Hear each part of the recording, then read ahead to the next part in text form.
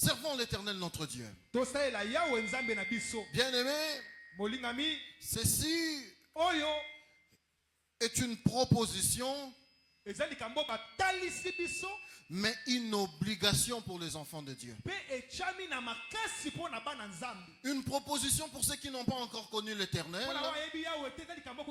Une proposition pour ceux qui n'ont pas encore reçu Jésus. Mais une obligation pour celui qui a Jésus.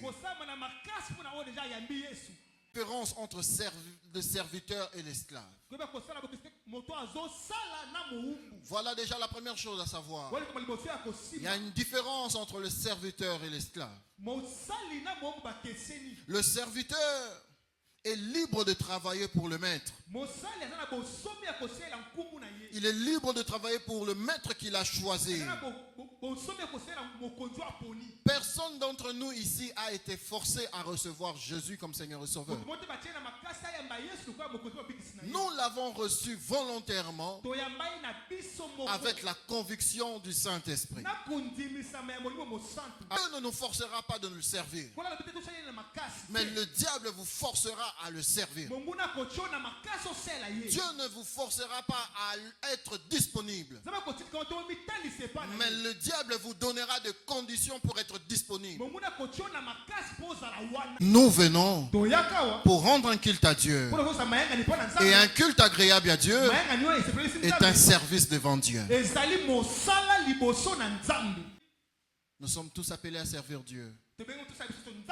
Mais pour servir Dieu, nous devons aimer celui que nous servons. Est-ce que vous aimez Dieu ou vous utilisez Dieu pour des intérêts? Partout où nous travaillons, il y a une liste des employés. Partout où nous servons, il y a une liste d'immatriculation. Seuls ceux qui sont immatriculés reçoivent la récompense. Mais nous, enfants de Dieu, notre immatriculation, c'est l'amour de Dieu. Parce que vous pouvez servir Dieu sans l'aimer. Deuxièmement, il ne s'agit pas d'abord d'une action, mais plutôt d'une disposition de cœur. Parce que je peux venir ici, je chante. Chanter ne fait pas de vous un adorateur. Non. C'est chanter dans l'amour de Dieu qui fait de vous un adorateur. Dieu récompense ceux qui ont le cœur disposé.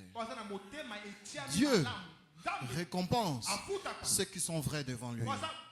Bien-aimés, vous pouvez mentir à un homme, mais vous ne mentirez jamais à Dieu. J'aimerais vous dire, lorsque Dieu commence à agir parce que vous le servez, ne vous arrêtez pas. Ajoutez encore. Ajoutez encore. Parce qu'il y a quelque chose. C'est un processus.